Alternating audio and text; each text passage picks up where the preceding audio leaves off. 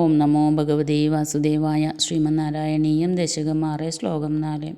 ത്വദ്ബ്രഹ്മരന്ധ്രപദമീശ്വര വിശ്വകന്ത ഛന്ദാംസി കേശവഗനാസ്തവ കേശപാശാം ഉല്ലാസി ചില്ലിയുഗളം ദ്രുഹിണസ്യ ഗേഹം പശ്മാണി രാത്രിദിവസൗ സവിതാ ച നേത്രേ.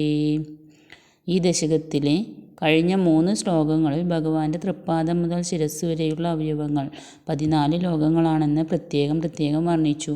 ഈ സമസ്ത ലോകവും അതിന് കാരണക്കാരനായ ഭഗവാനും തമ്മിൽ യാതൊരു മാറ്റവുമില്ല എന്നും നിസ്സംശയം പറഞ്ഞു. എന്നാൽ കഴിഞ്ഞ 3-ാം ശ്ലോകത്തിലെ ഒരു സമസ്ത പദം മുഴുവൻ വർണ്ണിച്ചിട്ടില്ല. പെട്ടെന്നൊന്നും വിശദീകരിക്കുവാൻ പറ്റില്ല. അതാണ് കാരണം. ജഗദാശ്രിതൈരപ്യനിബദ്ധവപുഷേ, ലോകത്തിലുള്ള, അതായത് ഭഗവത് ശരീരത്തിലുള്ള മറ്റു വസ്തുക്കളാലും കൽപ്പിക്കപ്പെട്ട ശരീരത്തോടു കൂടിയ എന്ന് പറഞ്ഞു വെച്ചത് ഒരു ശ്ലോകം കൊണ്ട് തീരുന്നതല്ല.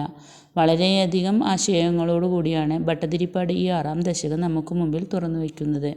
ഈ 4-ാം ശ്ലോകത്തിൽ ഭഗവത് ശരീരത്തിലെ 5 സ്ഥാനങ്ങളാണ് പ്രതിപാദ്യ വിഷയം.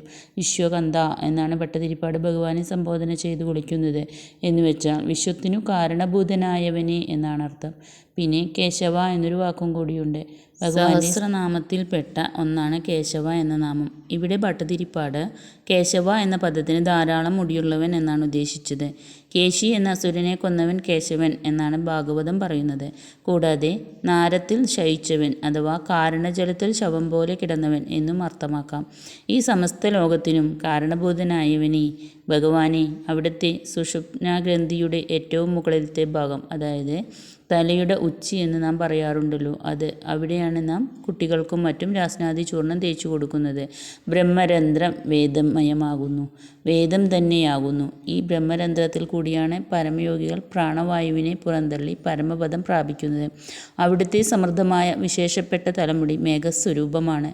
ബ്രഹ്മദേവന്റെ ആസ്ഥാനമാണ് അവിടുത്തെ പുരികക്കൊടികൾ. രാത്രിയും പകലും എന്ന് പറയുന്നത് അല്ലയോ ഭഗവാനെ അവിടുത്തെ കൺപീലികളാണ്. എന്നാൽ അവിടുത്തെ കണ്ണുകളാവട്ടെ സൂര്യനുമാണ്. ഹരേ കൃഷ്ണ. സർവം കൃഷ്ണാർപ്പണമസ്തു.